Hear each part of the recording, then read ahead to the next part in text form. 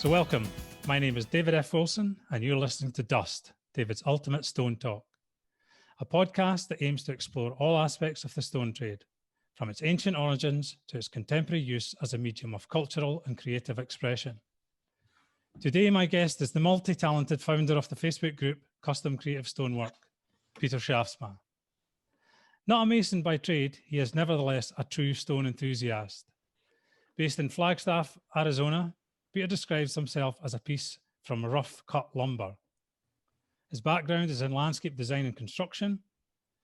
An accomplished fine artist, he produces evocative paintings in both oils and watercolor of the Arizonan landscape and scenes from his wider travels.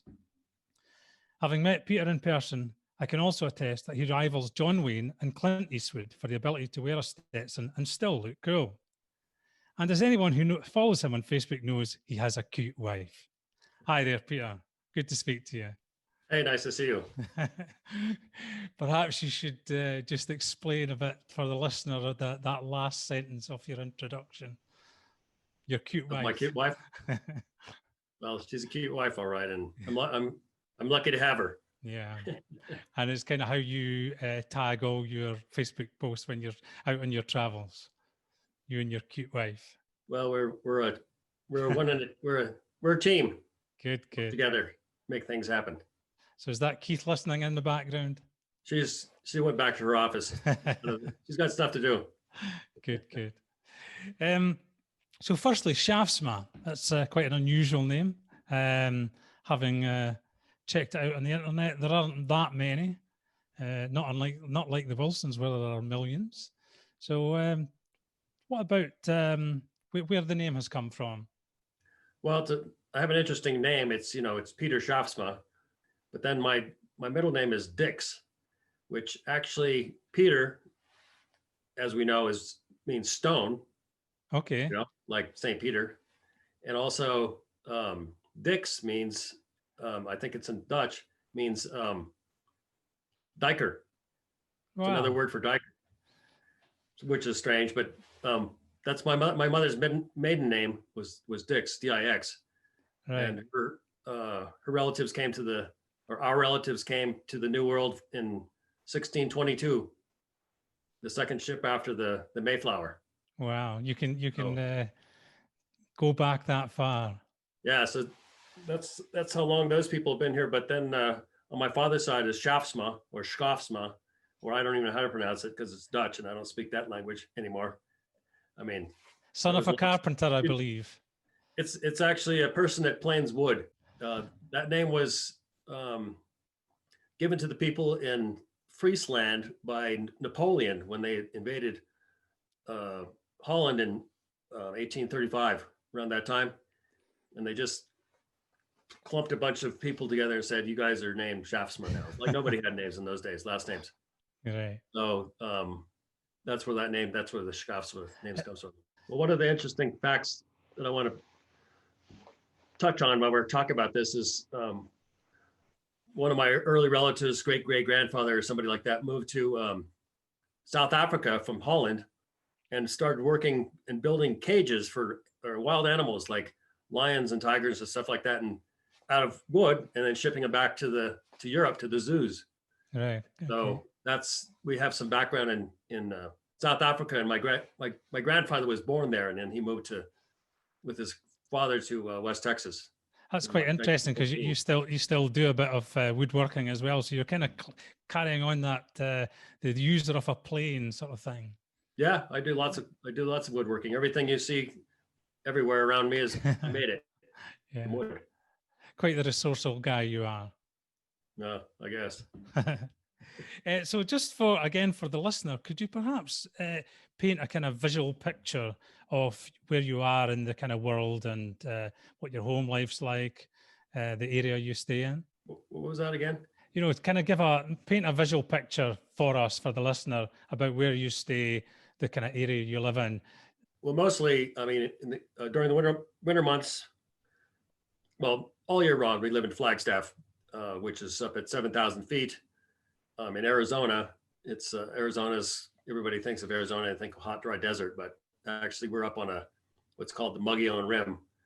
and it's 7,000 feet above elevation. And then just to the north of us, a little ways, is a 12,000 foot volcano called the San Francisco Peaks. And so normally, well, it's pretty cool this time of year. And then usually we have more snow. And this year we've had very little moisture. So it's pretty dry out there. Hopefully it'll snow next Monday. But oftentimes we'll have a fall. It's dry and cool like it has been. And then we'll have a very wet spring with a lot of deep snow. Snow can get up to, we've had 5 feet of snow in one snowfall up here. That happened in 2010. So. Oh, we got the big fall in 2010 as well. We only got about 12 inches. Perth is basically at sea level, so we tend not to get if it snows, it doesn't lie for long. It kind of shifts along pretty quickly. Yeah. And then we have the ranch, which we'll talk about later, but that's up in southern Utah, and it's more of a dry climate. It's at about 5,800 feet. Pinon juniper trees, a little lower elevation than Flagstaff, so it's a little warmer, and kind of a fun, nice climate to be in most of the year. You like escaping there. Is that one of the dogs coming through? It's one of the dogs. Get out of here. Go on. I can put this hat on. Oh, that's not the Stetson. I was hoping you'd have the Stetson on tonight. I can put it on if you want. Well, this is my work hat. It's kind of funky. Yeah, I love it. When you gave me a shot of one of your older ones, I just didn't look quite the same. Doesn't quite fit. This is actually the hat that I had when you first came to visit. Right. Okay. Yeah, I came to visit. It was in better shape in those days. I can put on a better hat if you want. No, that's good. It's authentic. It is authentic. Yeah, yeah. And so along your travels, just imagine you were kind of bumping into somebody who was working stone, and you kind of sidled up to them to just have a quick chat. Just how would you introduce yourself and show them that you are one of the sort of the stone tribe? How would you kind of portray yourself? How would you introduce yourself? Probably, well, a stone artist, a person that creates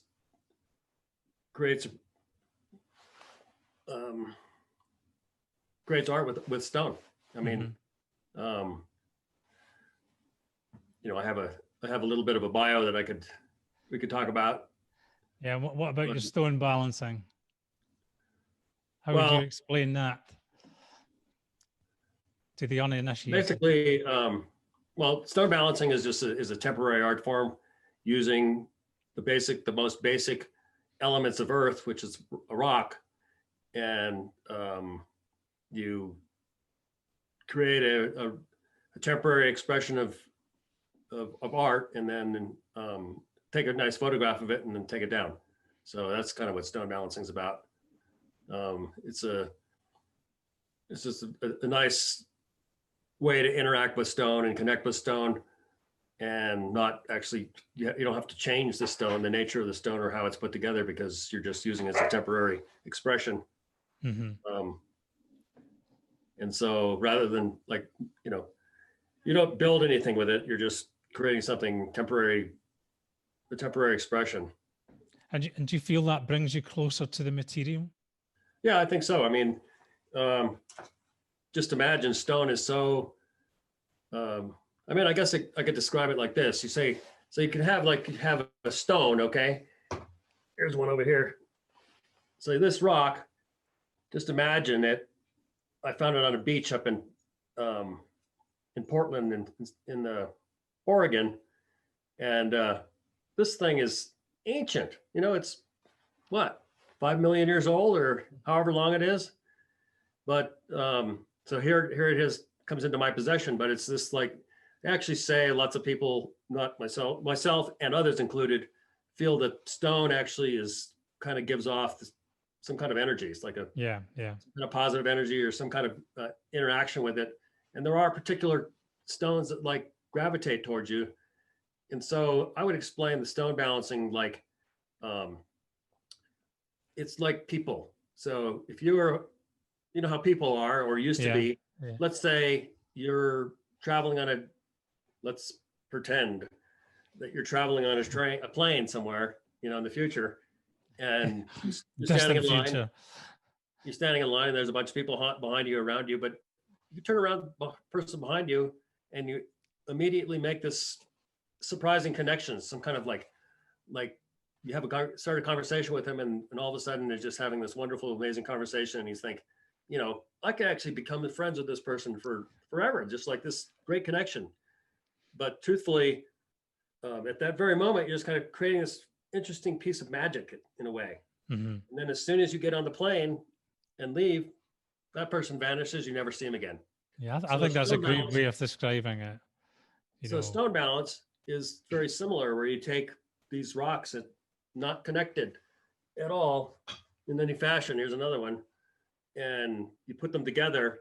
I'm not going to do that right here because I'm in my office, but you create this temporary, just by connecting them and figuring out what they're all about and the interesting aspects of them, very much like a person, like you're talking to a human being and connecting with them. You're saying, you're getting to know them. What are their interests, Yeah. Same thing. So as I look at this rock, I'm looking at, different ways that this rock could connect with this other one. It's actually got some little indentations and stuff like that. It actually has a pretty good possibility that it could actually connect with that, to start to form some kind of cool creation. Yeah. And it's and so one of the things I wanted to show you was this rock right here. Oh yeah, I recognize that one. So when David came to visit me the very first time, he found this rock. Picked up from off the side of the Colorado River. Yeah, you picked it up off the side of the Colorado River. Yeah, so for some reason, that stone, you were attracted to that stone, or stone was attracted to you. I don't know, but there's this energy. You have this incredible energy of connecting with stone. You picked that thing up off the ground, felt it was necessary to get this thing, which is, 30 or 40 pounds or whatever it is, and bring it over and give it to me. And I suppose you probably wanted to bring it back to Scotland, but certainly wouldn't fit in your bag. So just dumped it off with me. I was carrying more than enough excess baggage by the time I'd traveled around the USA for 6 weeks. Let me tell you. But you brought it. It took me about a year to get rid of it. Brought it to me, presented it to me, and it was there's actually this stone, this particular stone has this amazing energy. I mean, when you gave it to me, and it was the first time I got to meet you in person, and it was so fantastic and wonderful. You and Jane came to visit, and while you were coming into the house to get into your guest room and stuff, I immediately went out and created a balance out of it in the yard, in the backyard, kind of to give it some honor to arrive. Yeah, and you've created some great balances with it, which we can put some photographs up with. So I wanted to show you that we have used this same stone in Backwest Celebration of Stone Balancing, which I'll bring up in a bit. Yeah. But Simone used this stone, the same stone. That's the logo for Backwest. I'll need to get one of those T-shirts the next time. So anyways, that's what that's about. Good. Yeah, I mean, I think it's difficult to try and get that across, what it can actually ultimately mean to you, the stone. And it is only something that you get by developing a relationship over a period of time, by picking up stone, getting to know it, understanding that backstory of the earth and the movement. And I think that's one of the things that I would hope to achieve through the podcast, is to try and pass across some of that energy to some people who don't actually think about stone in that kind of way. One of the persons that was really influential in my life as a kid growing up was my grandfather, and he was a national park ranger, worked for the National Park Service in the United States for 30 years, and he retired in West Texas. And so I'd go down there to visit him as a kid, and he would take me around, and we would explore the desert and identify plants and birds and all this stuff that he knew as a park ranger. But his passion was stone. He loved picking up rocks. He was what we call a rock hound. Yeah. And he would go and he would pick up a rock and he would look at it and he would say, see, look how beautiful the rock is. He would be so into looking at the colors of it. And he would take these rocks that we gather. This is actually a piece of jasper that I found out there in the desert, but he would take this thing and some others and throw it into this tumbler and tumble the rocks and make them, polish them up. I don't know if I have any of the rocks he polished in my office, but he loved it. And every time I was down there for the summertime, he would be doing this thing with the rocks. And then he got so many stones, so many rocks in his house that he hired a Mexican stonemason to come over and build little walls and built a little rock garden for all of his rocks. So there's this place where he used to live. He's passed away since then, but it was this little park that you could walk into and see all his beautiful rocks that he'd gathered over the years. So because of that experience, that's where I think I came upon my admiration for picking up stuff like this. And, most stonemasons, they're not going to pick that up. Nobody's going to pick that. Why? It's too small. Who cares? So that's the beauty of stone balancing. You start to get to not only see this beautiful stone, but start to use it in this artistic expression of stone balancing, which is so cool. And then also, in my case, I started using it in stone art in my stone walls outside. Mm-hmm. So I was inspired actually by interacting in Facebook with other stonemasons, and some of the stonemasons that really inspired me a lot were Michael Eckerman in California, Andreas Knort up in Victoria, British Columbia, and Johnny Clasper also. So these guys are using ordinary stones to create these amazing pieces of art. And Michael Eckerman has been doing it for a long time, and really cool stuff. And actually, I was just fortunate recently to meet him as he was passing through town. But it's a great form of expression for me to create these kinds of walls that are pretty unusual, and really I can really connect with the stone that way, because that's kind of what I'm used to is working with the real raw material, not just a lot of stonemasons I meet are, they chop up the blocks and cut make it look as close to a brick as possible and then make walls with them. But that's not my style. Yeah. So you touched on your childhood there. You sent me through a little bit of your bio, and I think it has to be said that you had a kind of unusual upbringing. Could you kind of tell us a little bit more about that, whereabout it was, and what kind of conditions you grew up in? What your family was like?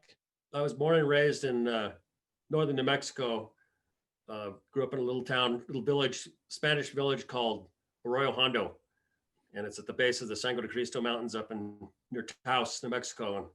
And water runs off the mountains into these little streams and rivers. And there was a river that came down through our village where we lived for 16 years. And back a long time ago, the Spanish, when they first moved to that place, they created what was called the Acequia Madre. And they diverted water out of the streams and sent them around in these big irrigation canals that went around on either side of the village. And that was used to irrigate their fields.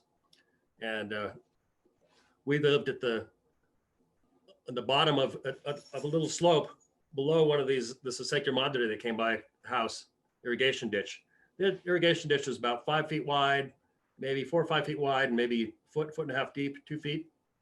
And so that was a place where we could get water through a little pipe that my dad had put into the bank, and we would run it down into this little ditches and run it over to our big, huge organic garden that my parents made for us, so we could live in this house. There was 2 little houses. One was called the Big House, and I'd say it was about 600 square feet. And in that house was my parents' bedroom. It's all made out of adobe. The house was made out of adobe, and each room had a wood burning fireplace or a stove, and that's the way we heated our water, or heated our house. And we had a kitchen and it was a living room with a flagstone floor that my parents built, and we had a wood stove in there, and so and we had cold running water, and that's it. And then the third room was an office for my parents, and I'll tell you about them in a second. But the house itself was heated by wood. We had cold running water and an outhouse. And if you wanted to go use the bathroom, you would have to go up this bank, up some steps, cross this irrigation ditch I just described to you, and over by the horse corral barn, and that was where the outhouse was.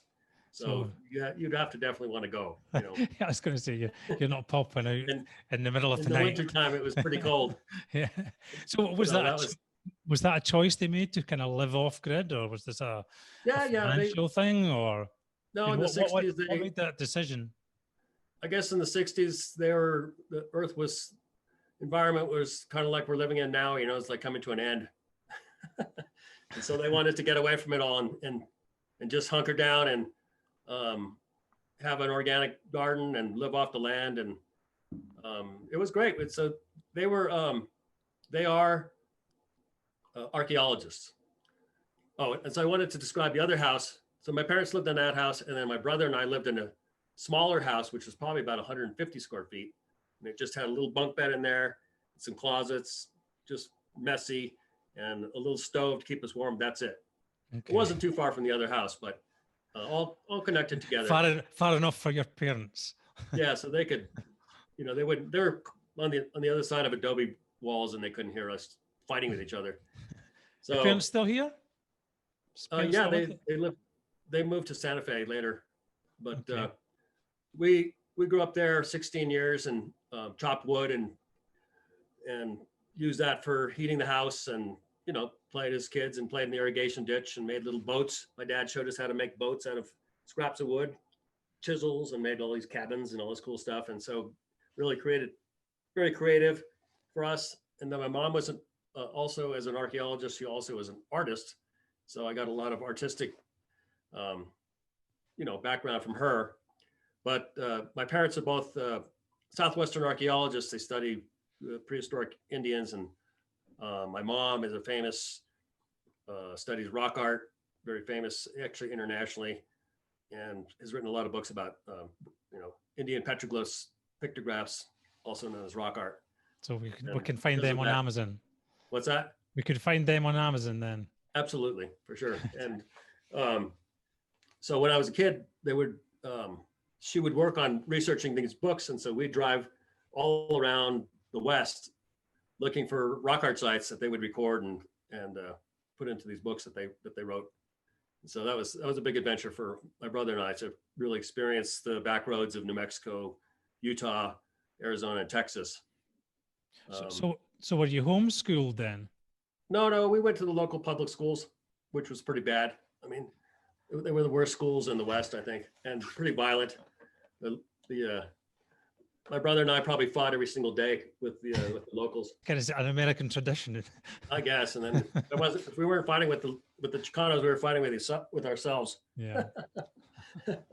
Pretty violent. It was a pretty violent place to grow up. A lot of so during time in the 60s and 70s, when there was these hippie communes had moved out of California and moved into the area, and there was lots of kind of racial strife, and the Chicanos really clashed with the hippies, and there was a lot of kind of battles with weapons and hand axes and all sorts of crazy stuff. I remember one time there was a whole battle scene happened down the street, and then we had to bring in all these bloodied people to our house to repair them, because it was because my dad was had medical experience worked as a ski patrolman. Doesn't sound the ideal learning environment, Peter. Yeah, it was great, but luckily I was able to escape down to Texas in the summertime and kind of learn to be a little bit more civilized with my grandfather. Okay. And it sounds like an idyllic start to life. And so after you said 16 years there, so did you move on to university? Well, my dad got a job down in Santa Fe as the state archaeologist of state of New Mexico. So he got a nice job, stable, working for the state. So they Inside Plumbing. Inside Plumbing. So we bought. They sold the property in Taos and moved to a house outside of Santa Fe, out in the desert. It was an old ranch house, had been built in the 1860s. It was made out of stone and brick. adobe brick. And so we went from the watery kind of environment with the streams and stuff and snowy mountains to kind of a deserty place. And the house was nicer, so that was good, as far as heating's concerned and that kind of thing. And but we brought our horses You'd be down there. spoiled by that time. We brought our horses down and rebuilt the barn that was there, and my dad and I rebuilt a little milk shed into a studio for my mom for her art. We rebuilt it out of adobe and timbers. So my mom still uses that as an art studio. So that's where I went to high school. And then from there I left and went down to New Mexico State to study in Las Cruces, New Mexico, to study, to go to college. I didn't know what to study. So were you academic, studious? What were you like as a No, I hated school. Really. I was not really after going through the Taos school system, I hated school, but my parents were determined that we should go to college, and that was fine. So I went to New Mexico State, studied journalism down there, and then spent about 3.5, 4 years there. And that was a good experience for sure. And then I moved to Flagstaff, where I am now, and I graduated in general studies or liberal arts from University of Northern Arizona, NAU. Sport is very important in the US. Were you athletic? Were you on any sports teams? When I was in Santa Fe, I joined the St. John's Search and Rescue Team. There we go. Here's a little logo. St. John's Search and Rescue Team. And they were, I spent about 5 years with those guys, and that was my athletic experience with hiking and going out into the wilderness and finding people that had, gotten lost. And we spent a lot of time exploring the wilderness with the St. John's Search and Rescue Team. It was very influential in my life. That was my athletic experience. And I did a lot of rock climbing down in Las Cruces, New Mexico, where there's these big, beautiful granite mountains that stick up just east of town. So we did a lot of rock climbing there. And also another thing I did in that vein was I organized a climbing expedition when I was 18 to climb the 5th and 7th highest peaks in North America, which are located down in central Mexico. So I just went down with some guys that I had met that were interested, and we went down there and climbed these three big mountains down there. One of them was the third highest peak in North America. It's about, it's 18,850 feet. I didn't climb to the top of that one, but I did get to the one that was 17,887 feet. So that was, it was really fun. It was a great experience for me. So that's with ropes and ice axes and crampons, hard hats. We didn't use ropes, but I have climbed with ropes before, sheer cliffs and things like that, but not anymore. So you said you graduated from general studies. So where did your career go from there then? Well,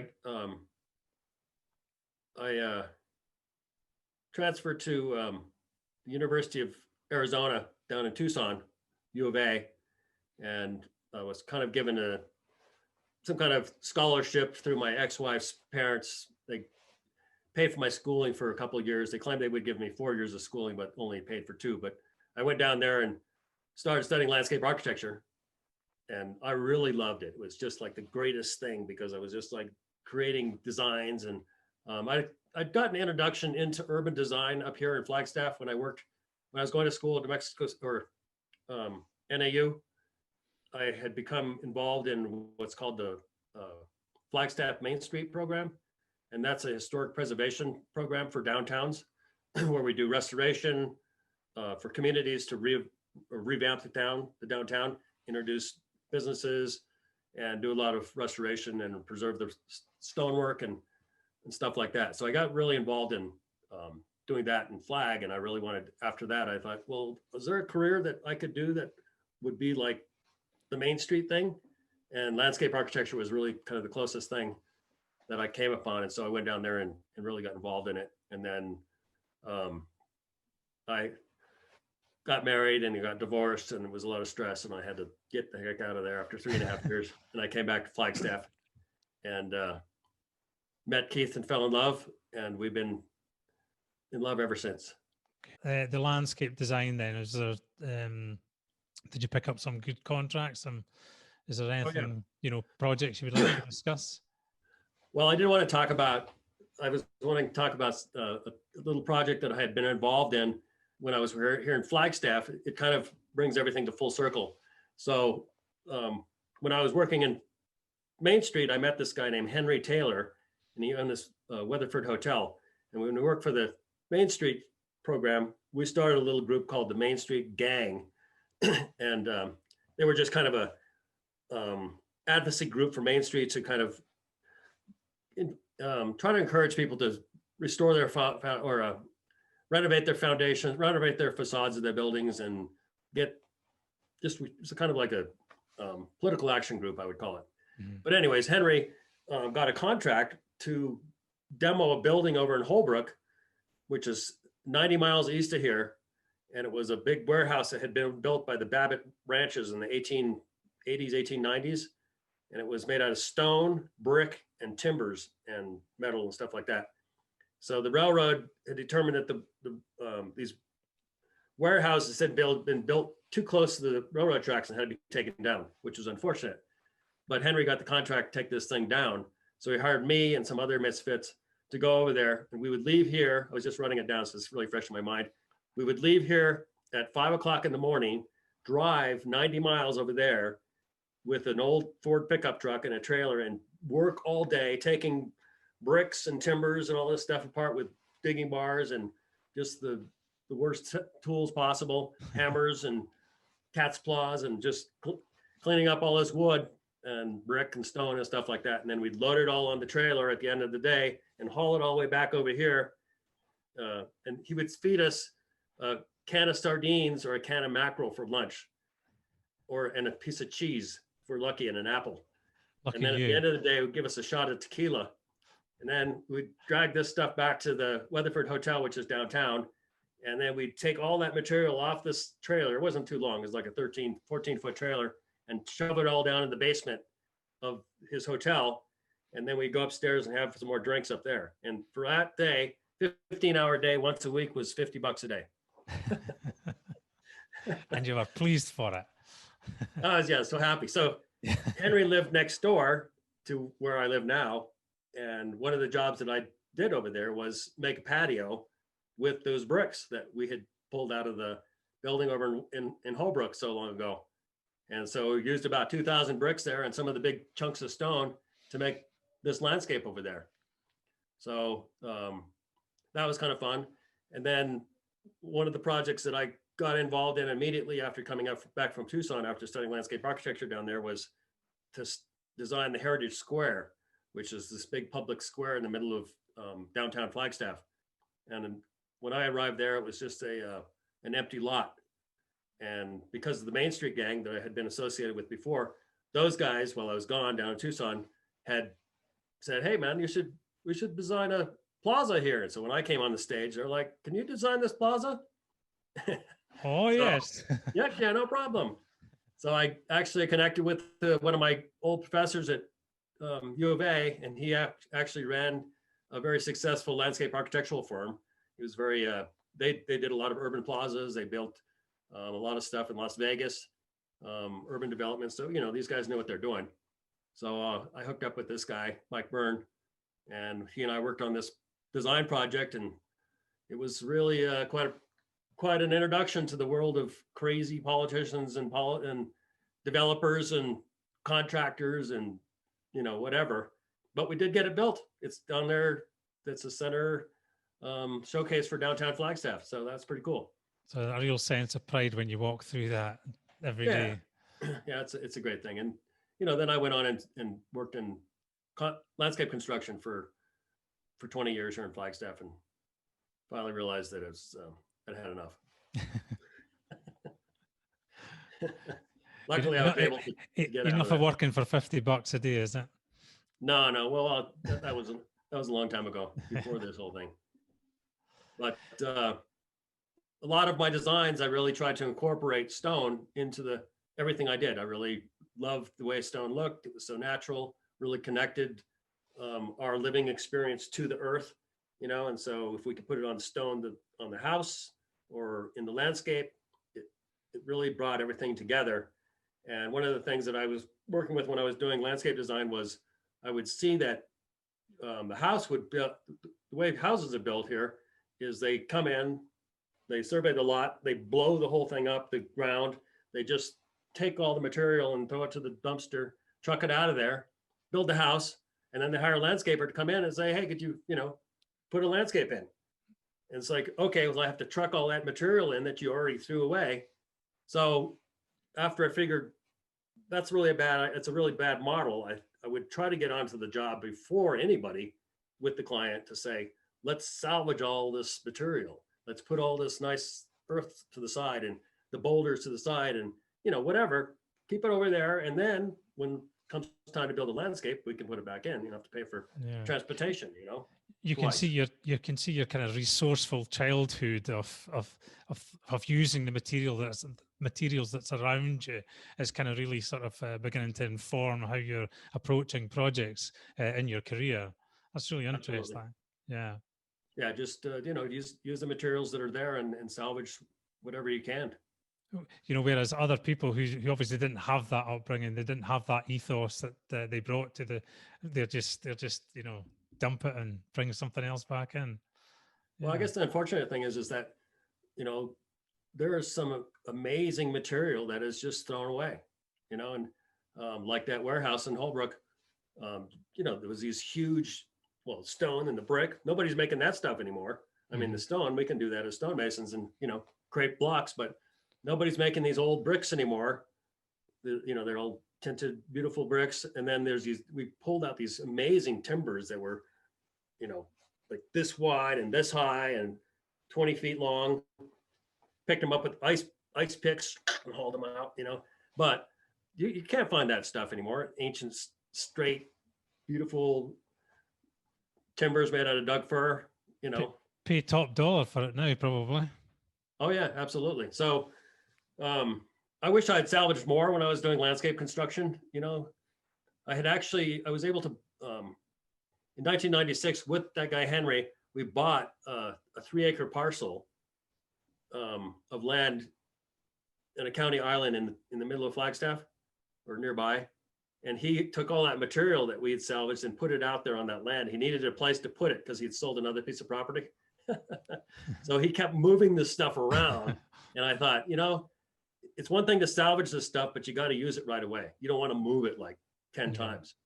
And that's what he ended up doing.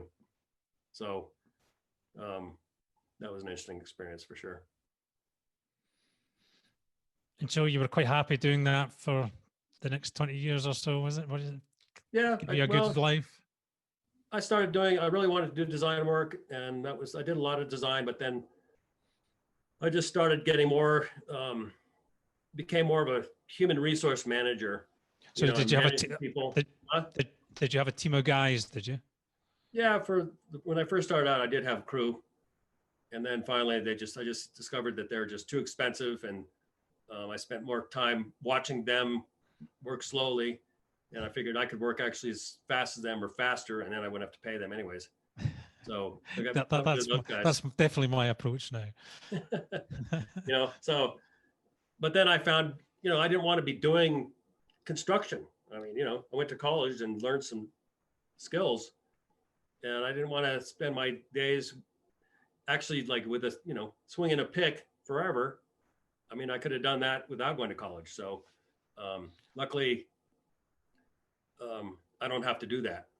So you've managed to be able to transition your life into something with a bit more balance, shall we say? Well, Keith's very successful with her career, and we found it was probably better just that if I were to just stay home and take care of my wife and create beauty for our house, it's actually much better for our lifestyle. So that's what I'm doing. I'm sure a few more of us would quite like to be in that position. What's that? A few more of us would quite like to be in that position, I must admit. I suspect so.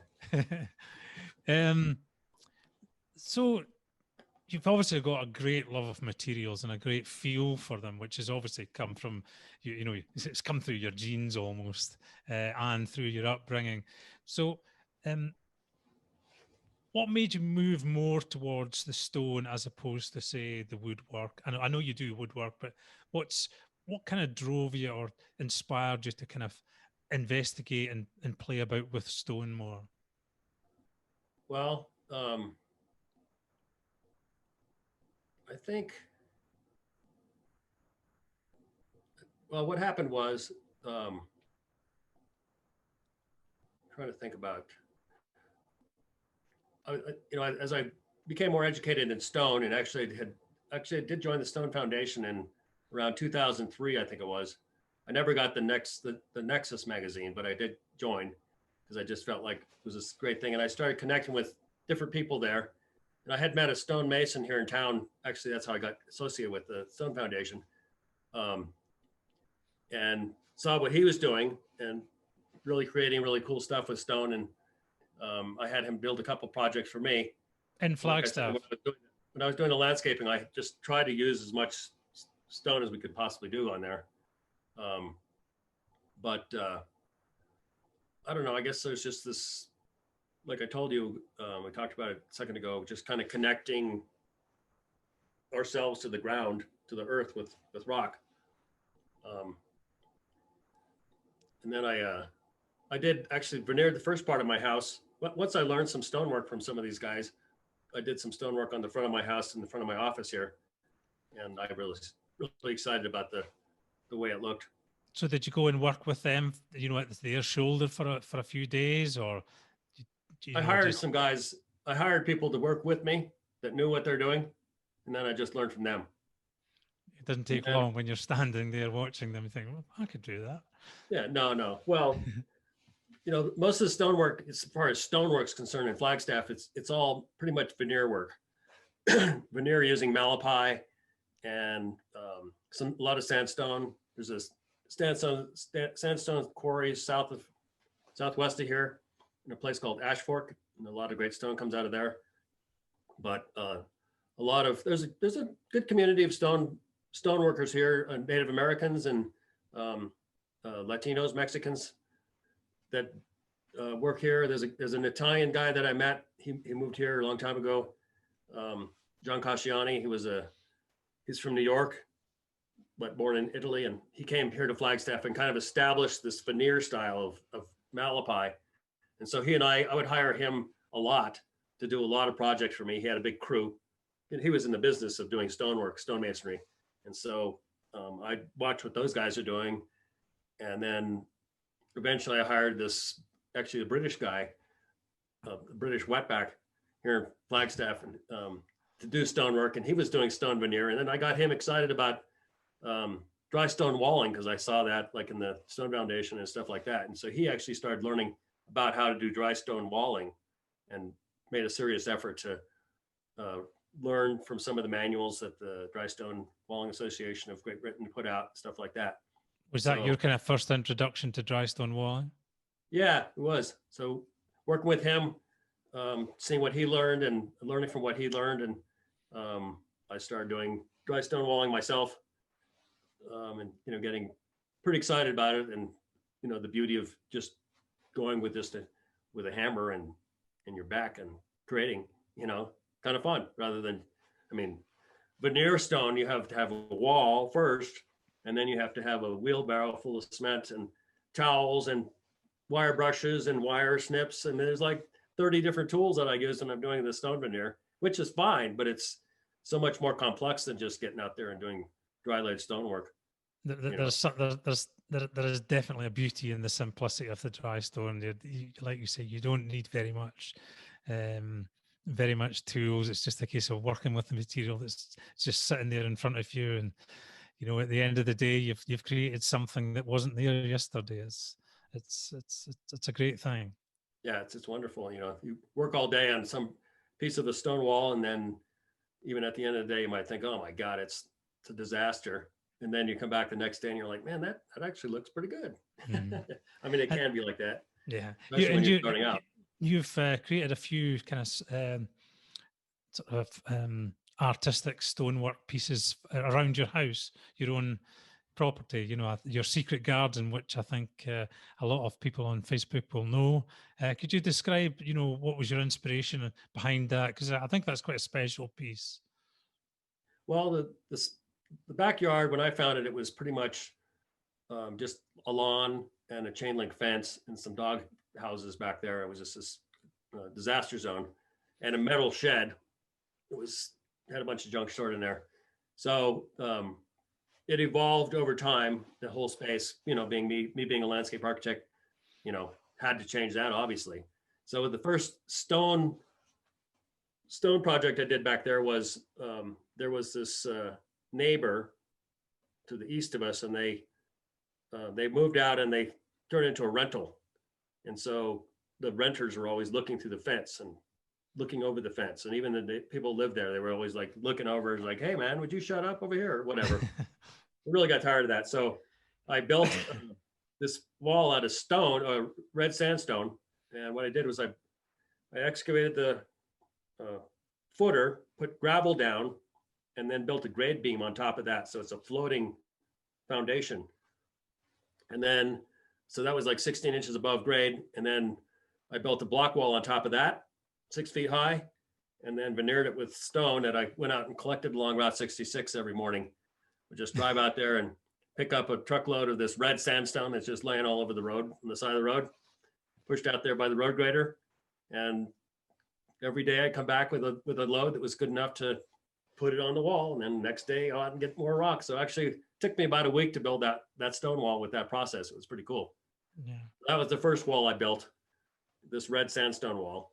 And then I started collecting chunks of limestone alongside the road. They were, you know, like I say, when the grader goes, they just plow up nice chunks of limestone that's just pretty much junk to most people except me. So I'd go out there with the truck and load up all this white limestone, bring it back, and start building a wall that connected to the red sandstone wall and kind of wrapped around a tree. And so there was a lot of stone. I was like 5 or 6 tons of stone that I brought in. I built that thing. And then I think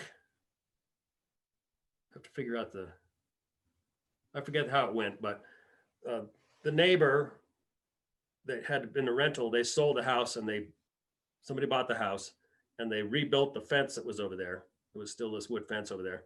And so while their fence was down, I took the opportunity to rebuild my wall over there. And I thought, hey, this is a good time I wanted to build some more dry laid stone walls. And I had become more influenced by Facebook and connecting with people there about stonewalling and doing it right. So I started rebuilding that stone wall along the edge of the fence perimeter. And it was this kind of huge production. And it was a great exercise for building the dry laid stone wall. I actually started laying it out, and it's like the first rocks. And right away, George Gunn wrote in and said, "That's really bad. This is wrong. What are you doing?" You know, so that doesn't sound like George at all. No. Yeah, can you believe it? So, but then I thought, okay, well, I want to know what you have to say. So he actually sent me a bunch of great information, very useful, and I took his advice and built it the proper way. So since then, I've been, you know, listening to what people tell me and do it the right way. So I built a series of low dry laid walls using that same stone I had brought in before, rebuilt it and built the perimeter stone wall that's there now. And in the process, I built an arch just for the fun of it, and a couple of columns that are mortared, and they hold this wood fence together. So it's a stone and wood fence as part of the screen. And then I had actually built another stone arch on another part of the yard, but it was very rapid and it was not that, it seemed like it could fall. And I was there for a few years, but then once we went on a trip to Europe, and I thought, man, this thing's going to come down right down on top of the dog's head while I'm gone. So I just tore it down. I didn't want it to fall. It was not that well built. So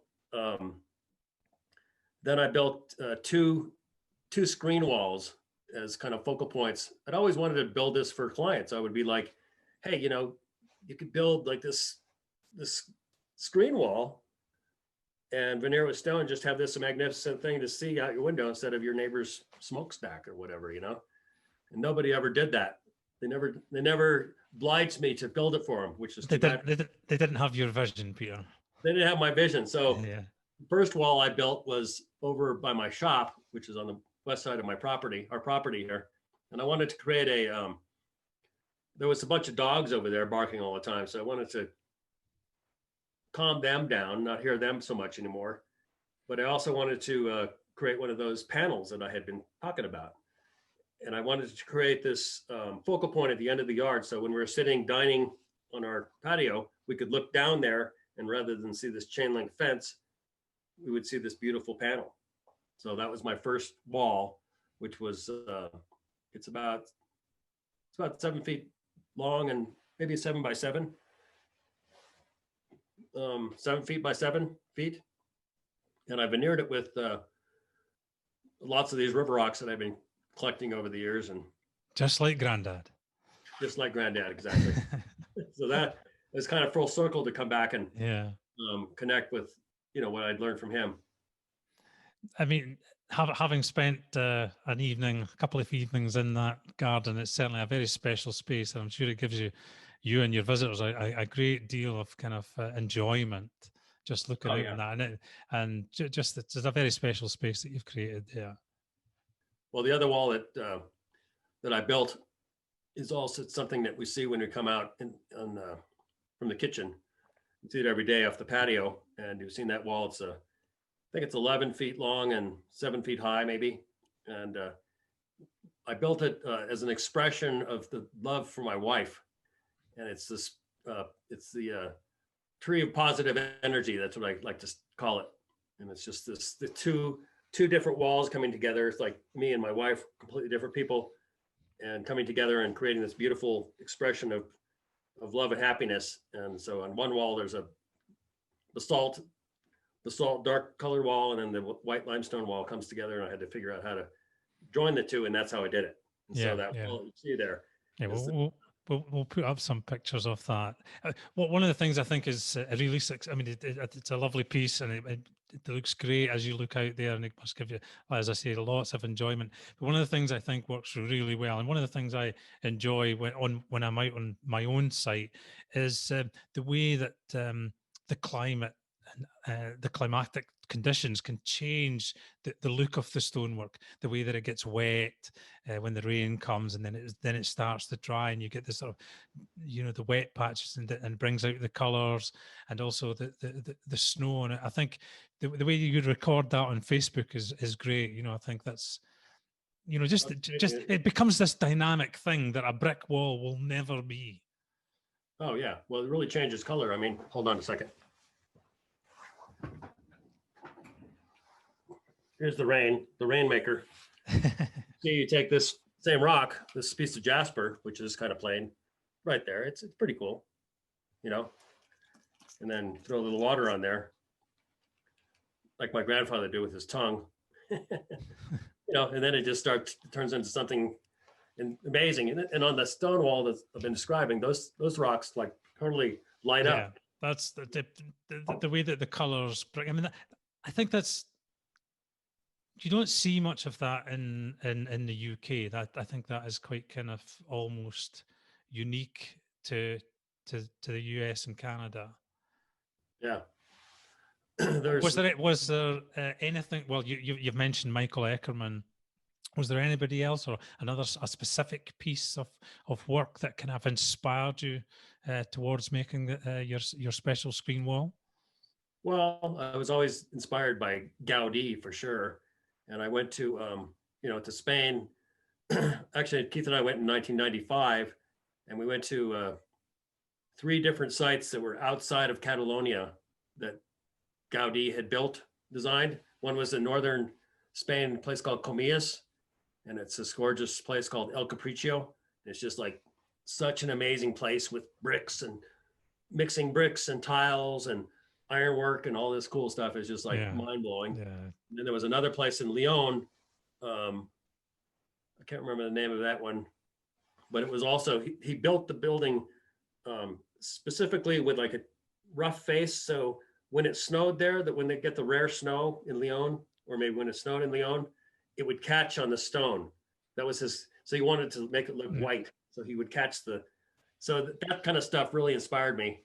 There was another place that we went to in Astorga, and he built this Episcopal palace for some bishop out there, and it was like this incredible, fabulous place built out of stone, and it was just blew my mind, you know. Yeah. And It's amazing stuff. Like the first stuff that I saw and studied and read many books about Gaudi, and my library here in my shop my studio I can see 4 or 5 books on Gaudi there, you know. So he was a big influence on me, just reading about this amazing person. Yeah, he's definitely an influence on me. We were lucky enough to go to Barcelona just before the birth of our second child, and we spent an afternoon in Park Güell. It was just early spring, and just that space there, and seeing the stone and the way that this beautifully created space, and that I remember that being like this kind of formative moment, or for myself, just sitting there thinking, you know, if I could just even capture a little bit in my own work of what Gaudi has managed to achieve, you know, it'd just be a great way to kind of dedicate your life towards. And, you know, I just wish I had one of his patrons, a patron like as he had, you know. So, but you know, definite influence. His client, I wish his patron. That's what you needed. Yeah, exactly. The brick maker, he was a brick industrialist, and the guy just like threw all his money at Gaudi, and Gaudi build it whatever he wanted. So that's a big influence for sure. Yeah. So you spoke a little bit there about Facebook. I think fair to say Facebook has been quite important to you in making connections and relationships. Well, like I said, when I joined the Stone Foundation, and it's about the time Facebook was starting to take off, I guess. I forget, but it's like 2003 or whatever. Facebook, I don't know when Facebook started. Yeah, it's about 15 years, 16 years, isn't it? So yeah, just at the start of Facebook. But I had made friends with Thea Alvin on the Stone Foundation Facebook page or group. It was really kind of hard to connect, like write a letter. I couldn't share information with her. Yeah, it wasn't instantaneous as it is now, isn't it? Well, I don't know. I haven't been on that group now, but she said, why don't you go onto Facebook, and then I can send you some information easier there. Because I wanted to learn how to make that stone arch that I told you about that I built in the backyard that since then took down. But so on Facebook, I friended her, and she sent me a bunch of great information. It was really awesome. Different diagrams and different things I should be thinking about and concerned about. And so then I was looking at her page, I was like, well, you know, what are the groups is she associated with? You know, I'd be kind of curious to know. And that's when I came upon Superior Stonework and Dry Stone Sculpture by Johnny Clasper's group. And so I joined that group, and that started to branch me out into connecting with all sorts of different, very creative stone people. And then another group that she was associated with was an Italian stone balancing group. And I was like, what's stone balancing? What's that about? So I looked at it, you know, and people were creating these cool things and photographing them and posting them up on Facebook. I thought, well, I could try that. So I did. You're a great example of the positive influence that you can actually get from Facebook, you know, to be able to kind of pick the brains of some of the best people out there, you know, to get some, you know, as a kind of learning tool. It expanded my talent, you know, progressed my ability dramatically, you know, because I've been working over here in Flagstaff for 20 years, you know, looking at books and talking to guys that were just doing pretty much the same thing I was doing. And it really didn't expand my horizons. Who was I talking to? Somebody else, the same guys doing the same thing that I'm doing, you know? So we never would go outside of our realm, go to a stone festival or convention or anything like that. So we're pretty much stuck in a rut for 20 years. So by the time I was able to reach out, I was just like so thirsty for knowledge, just like consumed it like a sponge. And then you moved on to set up Custom Creative Stonework. Yeah, so after I joined the Superior Stonework, I noticed that, well, I started talking to stone balancers. So people are so nice. You put something up, the stone balance of something, and they'd be like, "Wow, it's really cool," and like 30 people would like it, and learn from what they're doing. And it was this great energy, really, really great, really amazing, positive energy source, of people, these artists everywhere creating cool stuff. So on Superior, you put something up, I would put some of my stonework up, which was not that great, but I put it up and people would be like, "Oh my God, this is so horrible. You should just immediately go outside and kill yourself now, save the world from your crap." It's like, oh my God, I couldn't take it. It was horrible. I was so beaten down by these people, and I tried to get better, I pursued the best, but, being soul crushing. Being taught with a whip is really not my forte. I don't really like it. And then there was this other group when Johnny Clasper was kind of winding down his thing. I think he still has this group, but it's not so prominent anymore. This other group came about called Proper Stonewalling and whatever it was called. So I joined that group, and they were even worse. And they were vicious, mean. No way I would put anything up there. And in fact, I had put up on Superior that stone wall that's a focal point in my yard that I built on the west side. I put that up on Superior stonework, and a lot of people liked it, but a couple of people wrote in, "That's like you're copying Michael Eckerman. You should just It's just like I couldn't stand it. So a lot of bad energy over there. I hate to say it, and I didn't think it was actually. It seemed kind of weird, like the stone balancers, like they're so cool. And so I went to Keith and I went to France. We went to this town of Balazouk, which is down in the Ardèche. And we were walking around there and we saw this wonderful little village, and it was so cool. It was an ancient place, like built in the 11th century, and all these stone arches and stone bridges and just amazing peasant architecture, all stone. It was so cool. So I took all these pictures, and when I came back, I posted them up on Proper, and I was like, "This is so cool. I really want to show you this stuff that I just saw in France." And they right away got on me. "Hey, this is mortar. That people were using mortar on this stuff. You need to take your pictures down right away." I was like, "Oh my God." I said, "I'm going to quit. I'm leaving this group. Goodbye. I'm unfriending myself from you and starting my own group." And that's when I started Custom Creative. I said, I got to start a group where people can share their work, get positive feedback, and don't be attacked by what you're doing. Make it a really positive group. And not only that, but anybody that's doing stonework or is excited about stonework, sees something they really like that was built out of stone somewhere, post it up, share. And I did like Johnny Clasper. I just added a bunch of people that I had connected with over the years from these other groups that I liked. And pretty soon, people were like, "Hey, we're so tired of being bullied on these other sites." Yeah, I think it's a pretty friendly group. I mean, it's the only place I'll put my work up from quite small roots to, I'm not quite sure what the membership is up to now, but must be close to 6,000, is it? I think it's almost, last time I checked, it was like 6,500. Yeah, okay. That's great, Out there, and we have a core value of not being critical. But constructive criticism's good. But yeah, the ability to learn from other people who have got better knowledge is a great thing. Yeah, exactly. And a lot of people respond to that, or a lot of people really like that. They think it's really cool.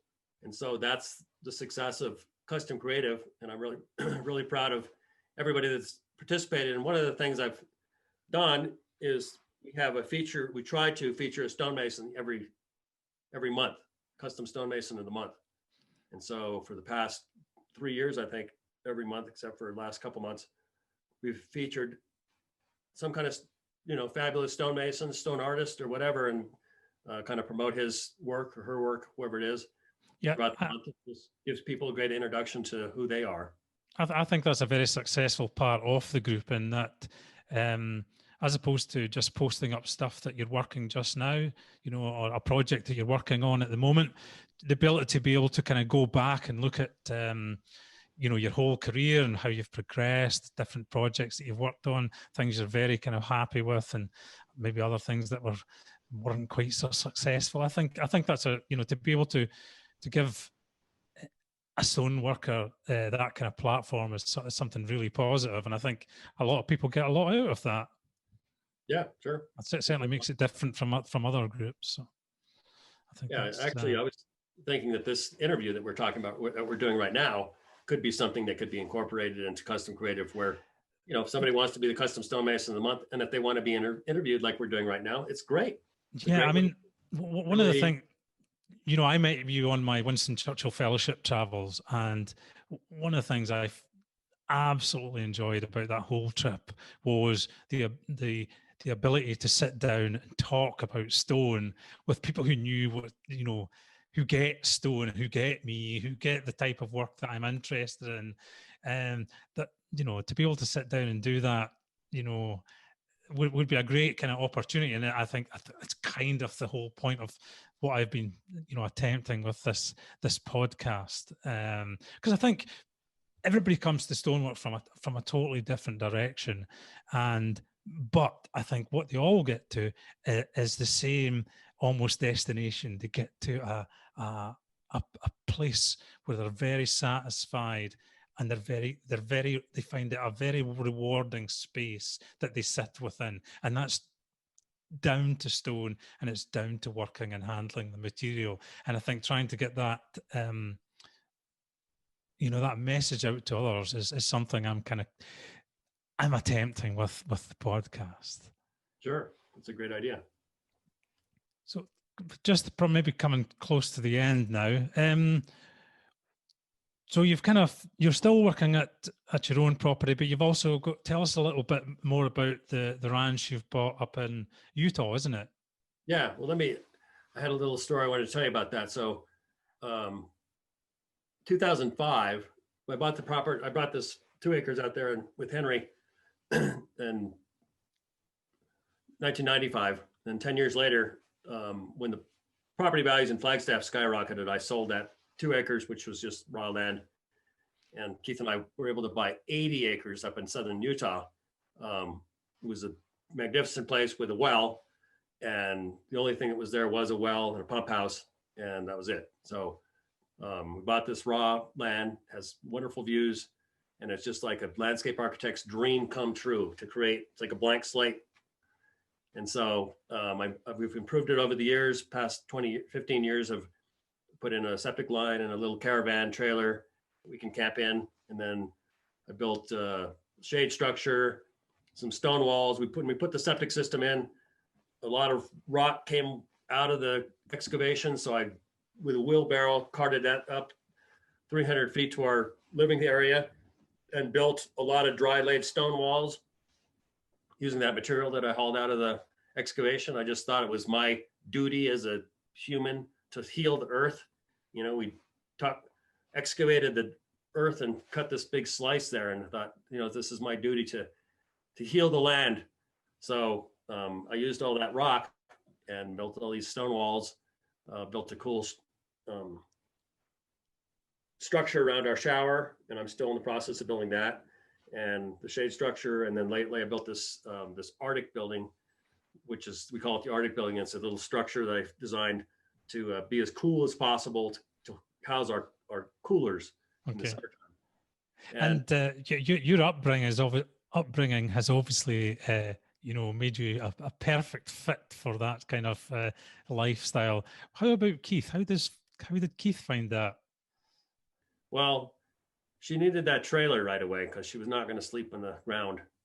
So that was the first thing we put out there was, well, the septic system and the trailer house, so she could be in out of the elements. So now that she has those comforts, she loves to go there for sure. And she's always loved to go there, but this is just nice that we can get in and out of the elements and the dirt. But I built the shade structure. Initially, I built this wall. It's about 50 feet long, and it's kind of a serpentine, dry laid, freestanding wall that goes around our fireplace kitchen area. Then Keith said, then I built a shade structure over it because we really needed shade because it's out in the sun, and also rain and the elements. It's a nice place to get out of that. It's pretty harsh climate up there. But Keith said, you know, so I built this little bit of civilization there. And she says, no, we have to put like a floor down. I was like, oh my God, you know, I got the great walls and stuff up. She's like, no, we need a floor too. So then I was like, what am I going to do about that? But then coming full circle, down here in Flagstaff, the neighbor, our friend Henry, he'd sold that house and somebody bought it and changed over the years. But the new person bought it, somebody from California, and they tore all that brick patio out that I'd put down years ago. They just heaped it up in a big pile, and all the rocks, all this cut stone and stuff. They said, we're going to throw that in the garbage can on Monday morning. I was like, oh my God, can I have it? So I salvaged 1,000 bricks, just took my dolly over there and just brought all the bricks over to my house, our house. And then all the stone I could get, I just brought it over here with the dolly with big chunks, huge blocks, stacked them all up. And then consequently, I've been hauling all that stuff up there. So I made that floor that Keith wanted for the shade structure with the brick that we had hauled out of Holbrook years ago. So you're almost back to the beginning again then. Back to the beginning. And also even back to the beginning of Taos, where we just have most basic experience of just wood and cold water. No, some of the photographs you post up of the ranch just looks idyllic. Maybe one day I'll be able to sit there off an evening and share maybe a small beverage with you. That would be great. Well, hopefully in the future, if things get to normal, we can host a workshop up there and build something cool with a bunch of fellow stonemasons. That would be great. That would be great. Again, do you want to mention something about the workshops that you've managed to organize locally in Flagstaff? Yeah, so that was one of my goals for a long time, and I really wanted to host a workshop to teach some of the locals here how to do dry laid stone walls. So the first opportunity came when you were coming through town. It's like you kind of roped me in at the last minute. As you came to town, I thought, hey, let's set up a workshop to build an arch. I've got the form here in the backyard that I'd used on this other arch. And so in a 2-week period, me and some other guys gathered a bunch of stone, and then we set the workshop up at the Willow Bend Environmental Education Center. And it was fabulous. You came, gave a great presentation on your work. Everybody really, really enjoyed that. And then I think there was about, like 30 people? Yeah. It was a great afternoon. It was a great day, actually, all in all. I learned so much from you, that just by shaping the stone and making it fit, and then shaping it, and if it didn't fit, mark it and shape it again. You know, like I told you, I'm like a sponge, looking for information. It was such a great, fantastic experience. And so then I just wasn't that very used to working in that heat, I must admit.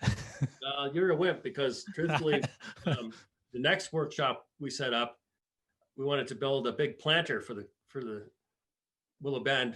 And I thought, this is a great opportunity for Willow Bend, because they can get a cool feature and host a workshop because they're into education, and then people can learn. And then at the end result is some awesome thing. So they had the arch that we built. And so the next thing that we were looking at in the gardens there was maybe a raised planter. So we set up a workshop with Alan Ash, and got quite a few people came and they paid for the workshop, which was awesome. So that helped the nonprofit. And we spent 3 days in June, and it was hot. You think working on the arch was hot? You should have been there. It was really hot. We had to set up some shade structures and stuff, but we got this gorgeous planter, and great experience working with Alan Ash, who's an amazing stonemason as well. Yeah, different. I agree. Alan's ideas. Hopefully to cross my paths with Alan at some point. He's a great guy. Really fun. I think the workshops that you've set up, the way that you were able to bring that together, and it shows what you can do just with a bit of kind of commitment to, sharing the knowledge that you've got. It's very inspiring. It's something that I've got in my own mind to hopefully do as well. But time and COVID will prove whether I can achieve as much as what you have. Anyway, it's been great to speak to you tonight, Peter. I hope you've enjoyed it. I've enjoyed it immensely. And Keith's there's coming in. there's Keith, There's my cute wife. your cute wife. we got there in the end through the early technical difficulties. God. It'd be great to see you So both. crazy. Yeah, and hopefully you'll be away on your travels again very soon. Soon. Hopefully soon. Yeah. Perfect. I can Well, send you pictures of some of this, all the stonework I've been talking to you about if you want. yeah, that'd be great. I think it'd be good to kind of intersperse some of our talking with some of the Happy images. Christmas. Yes, and to you, have a great festive Happy Christmas. festive time. Don't get the UK mutant virus. Yeah. Well, we all go into a severe lockdown on Boxing Day, so another 3 weeks stuck in the house. So Crazy. great fun. Pretty crazy. Bye, Keith. Right, So- Peter, that's been great. I've taken up a lot more of your time than I thought I would, but it's great to hear your story and your journey. And I hope you keep kind of creating, and I'll keep seeing your stuff on Custom Creative. Okay, well, I'll send you the pictures that we're talking about and also this bio, Yeah, that's great. my man.